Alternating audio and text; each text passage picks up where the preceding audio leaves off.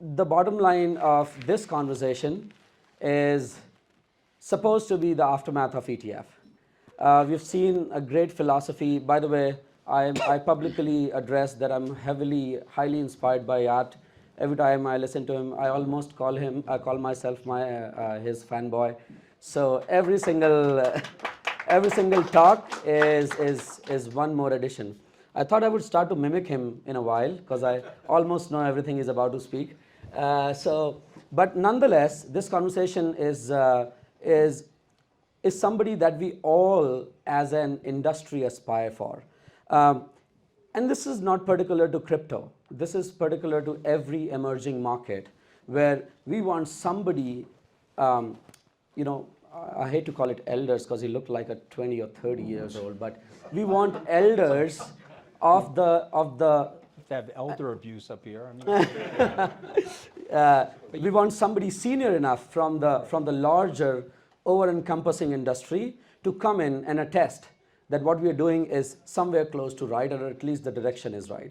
Anthony comes from decades of financial markets, Wall Street experience, manages a few billions, yes, a couple of millions in crypto, maybe more.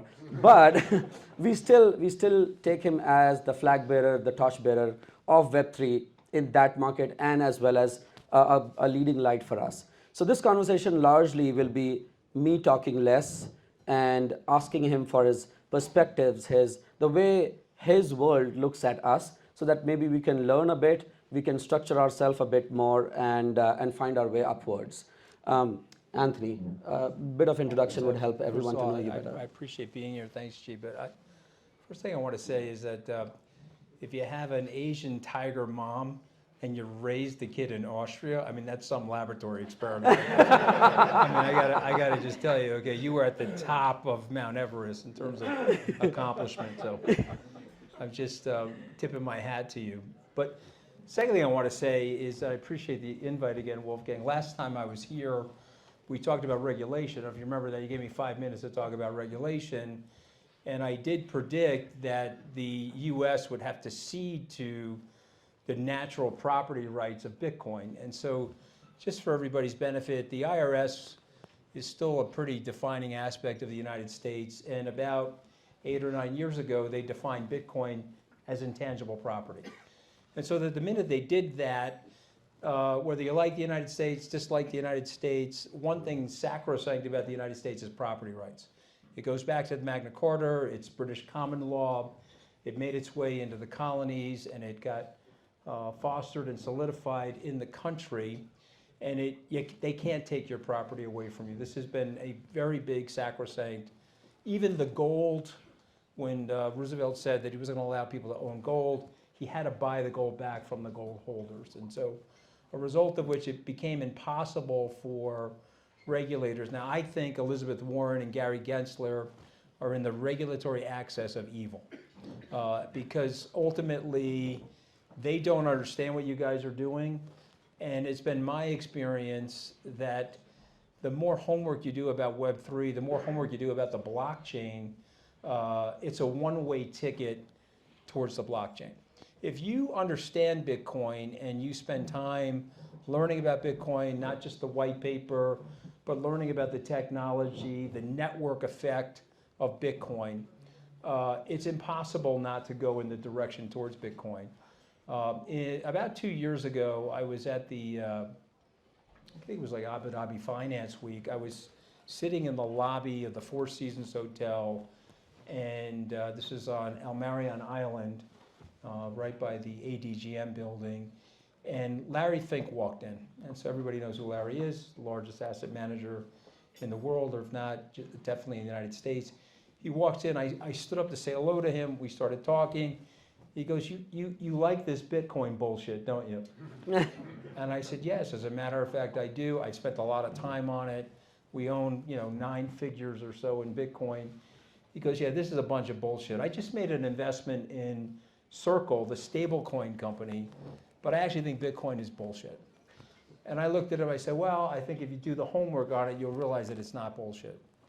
And if you ever see Jeremy Allaire, if you walk by him here on the promenade, you should thank him, because the investment in Circle led to Larry doing a deep dive in Bitcoin. And one of the great things about phenomenal leaders is they can shift on a dime.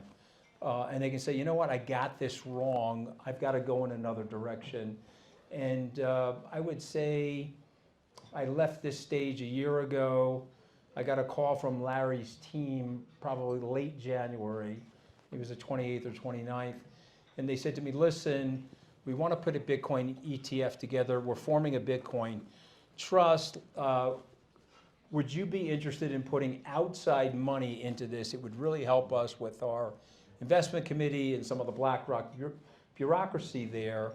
And so SkyBridge was the first dollar into the BlackRock Bitcoin Trust that applied for the ETF application. And you guys probably know this. I think there are 537 ETF applications. I think they missed on one. So, I mean, I wish the New York Jets had a record like that. But anyway, why am I bringing all this up? Because not only are you on the right path, but I think it's important that you evangelize the path that you're on. If you don't spend the time at events like this, bringing in new people, and spend time with what I would call the institutionalists. So Gaurav is making fun of my age because he's, how old are you? 12. Yeah, no, Somebody right, said. exactly. He's 12. 37. All right, so you're 37. So when you were 20 years old, I came to Davos for the first time.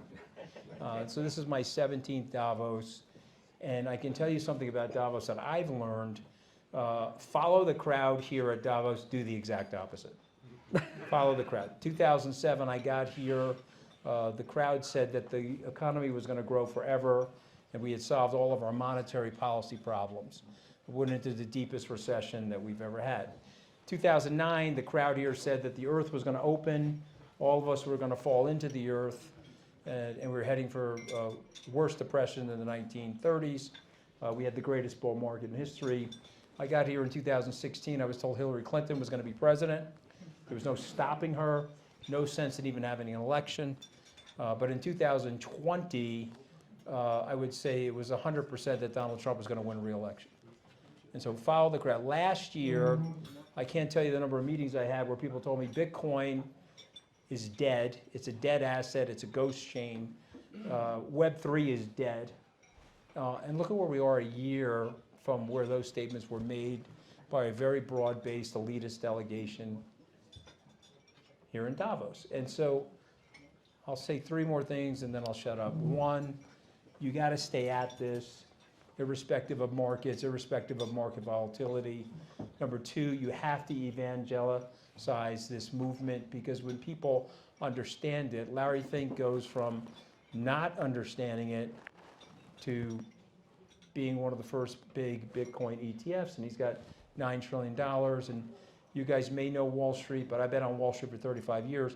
These products are sold, they are not bought. Wall Street will send thousands of people into the marketplace to talk to clients about having a 1% to 2% exposure in Bitcoin.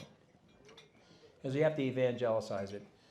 Side footnote to that, Jamie Dimon knows exactly what this is.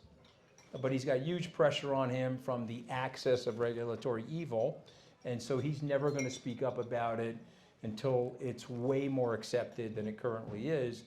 But don't follow his words, follow what JP Morgan is doing. Look at the massive investments, investment capital, human capital in this space. And oh, by the way, since I have an account there, last week I called my rep there and said, geez, I'd like to buy the Blackstone Bitcoin ETF. Am I allowed to do that? They came back to me and said, yes, on an unsolicited basis. You can call us and buy an unlimited amount of it, and we'll put it in your account and domicile it at JP Morgan. Not the case at Vanguard, as we know, not the case at Merrill Lynch, but eventually will be the case. And then the last thing that I will say to you guys is I have never had this much fun in my life, okay? Most of the people in this room are nuts and have a screw loose. I'm just looking around. And I mean, maybe you don't, because the whole Austrian tiger mom thing. Maybe you're like the most normal person here, possibly, but most of us are a little nuts. And it has been incredibly entertaining and enjoyable for me. And it's way better than working in the White House. Okay, you can ask another question. And I'll take questions. So I'll allocate, in the crypto terms, I'll allocate this applaud to first investment in BlackRock and telling them and putting that your direction is right and you believe in that. And then, of course, your money is where your mouth is. But then, of course, and by the way, you said great leaders make a shift over a dime. I certainly call myself a great leader, so I'll tell you my shift, which is I was one of those people, like one of those 100% people that I know in my circle said it's going to be an absolute upward run from the Bitcoin announcement. But at the same time, when the news leaked 3 times and we saw how market behaved, yes, I retracted quickly. I probably for just myself and for a lot of people who over speculated the ETF news, what exactly is happening at the bottom level, at the market level? Because you said it right, they don't make products, they sell products, which means that there's only endless incoming.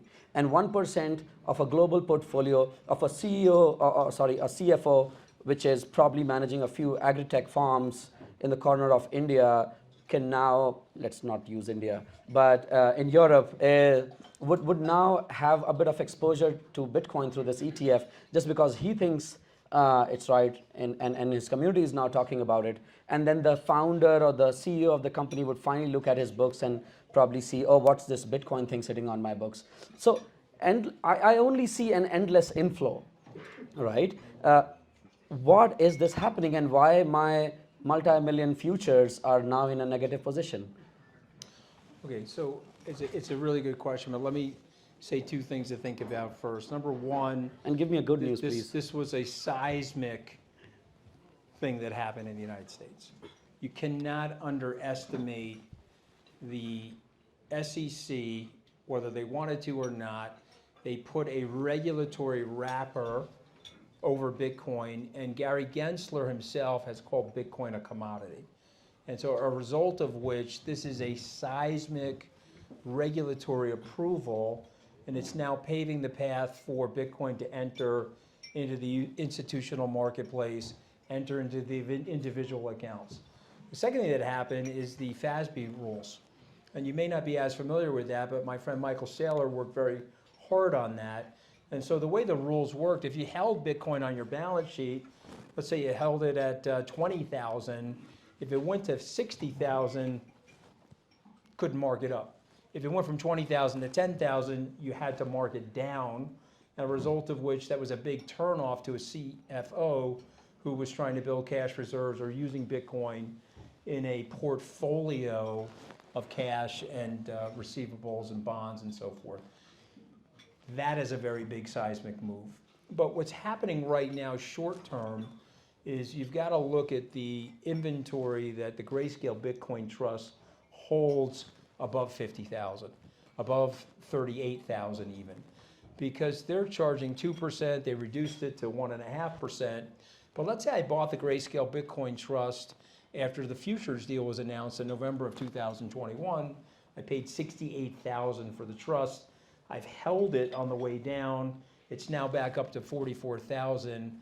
I can sell that in the United States, but remember these rules. I have to take the money out of it and wait 30 days.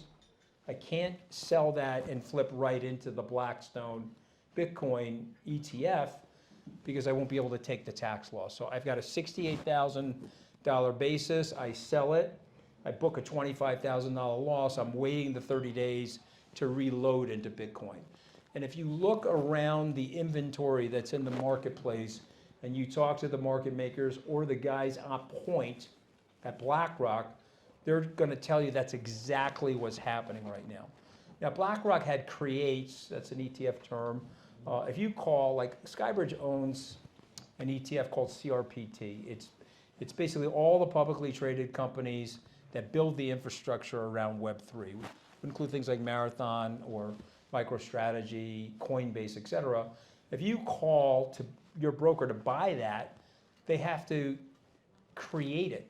It's not just sitting there. And so last week, BlackRock had $497 million in creates. But there's been a massive churn of inventory coming out of the Grayscale Trust. So this, according to my friends in the industry, is probably another 10 or so trading days to clear out all of this inventory. And then I believe the futures that you're holding, there'll be a base for those futures, and I think you'll end up being very happy. I think you used the word "sevu" or something in CFC. The word what? Some marine, a word used to express upwards in Marines. "Sevu"? Yeah, kavu. No. Okay. So what I said, there's a ceiling and visibility unlimited. So if you're a Navy pilot, the best day to fly is kavu, ceiling and visibility unlimited. George Herbert Walker Bush, who was a Navy pilot and was shot down in the Pacific in the World War, and was obviously rescued by a U.S. submarine. That was his favorite line. He had a brass plaque in the study off of the Oval Office that said kavu. You have to think of your life like that your ceiling and your visibility is unlimited. It's only limited by your mindset and what you're thinking about that can hold you back. And I think it's kavu for Bitcoin, but I also think it's kavu for Animoco, and I think it's kavu for this industry. Again, it's not going to be perfect. What is perfect? We know from the moon, the stars, the rotation of the earth, that everything is cyclical. So you can't expect a 45-degree trajectory. I only know one person in my 35-year career that had a 45-degree trajectory on his performance, and he got a 150-year jail sentence, and that was Bernie Madoff. Sam is a totally different subject. And, you guys are a lot cheaper than my therapist. If you want to talk about Sam, I'm happy to talk about Sam. But you don't get a 45-degree up into the right move unless you're making it up. You have to go through the pain and the ups and downs in this industry if you really want to be rewarded. No doubt. Every time people talk, I think a lot of people here are not from Asia, and that's what I was discussing with a fellow here. But the thing about Asia is every bull markets, you see Dubai, Hong Kong, Singapore flocking with these guys with rolls and fancy cars and fancy apparels, gold all around, and all of that is the power of that 45 actually, that 90-degree that then cash upon, and then of course they fall. But don't overly judge me, because I'm a nouveau riche Italian from Long Island. I love cars. Okay, if you come to my house, I got a ton of cars. Okay, don't knock the Asians so badly. They like cars too. It's all good. If you come to my house, I'll let you drive a few of my cars. Fantastic. So on the expectations of exactly those people, and a lot of us, and exactly what happened on the approval of ETF is what we saw in the markets. The market sentiment immediately shifted to other ETFs, the Ethereum, the probably Solana, I hate to say that, Doge, I would love to see that. What do you think is the future of that, and probably quickly? So unfortunately, I think you heard in the press release that Gary Gensler views, 2 minutes? Okay, we'll be off in a sec. Gary Gensler believes that Bitcoin is a commodity, everything else is a security. That was in the press release. So if you understand the ETF rules in the US, you can't put a singular security in an ETF. You can put a bunch of securities in an ETF. You can put a commodity, a singular commodity, in an ETF. And so I think he'll reject that application in May. I hope I'm wrong about that, but my guess is he will, because his queen is Elizabeth Warren. Okay, she cut a pact with Joe Biden to be the president for financial services, and she hates every single person in this room. And I always tease Mike Novogratz about this, is that because he made so much goddamn money off of crypto, she hates that, Rather than embrace the innovation and rather than help the United States maintain its mantle of financial services leadership globally. Yap basically said, blockchain is such an American idea. She wants to thwart that due to her own position about not liking rich people. I love rich people, okay? And I want everybody to be rich. And maybe that's not possible, but this is a great equalizer Okay, this will help the unbanked. This is a progressive idea. But I am skeptical about the ETF. I hope I'm wrong. I mean, the ETH ETF, because of the way these people think. I think we're done, right? All right, can I say one last thing before we walk out of here? Don't give up. Under any circumstances, no matter what bad news hits you, don't give up. I mean, I've been torched. Okay, I got fired from Goldman when I got started there. Then I convinced them to rehire me. That's a very long story. I got my ass blasted out of the White House after 11 days, skinned alive, rolled in margarita salt out on Pennsylvania Avenue. Who cares, okay? Remember the words from the American comedian Mel Brooks. Relax, none of us are getting out of here alive, okay? Thank you, guys. I appreciate it. Thank you, Anthony, for joining.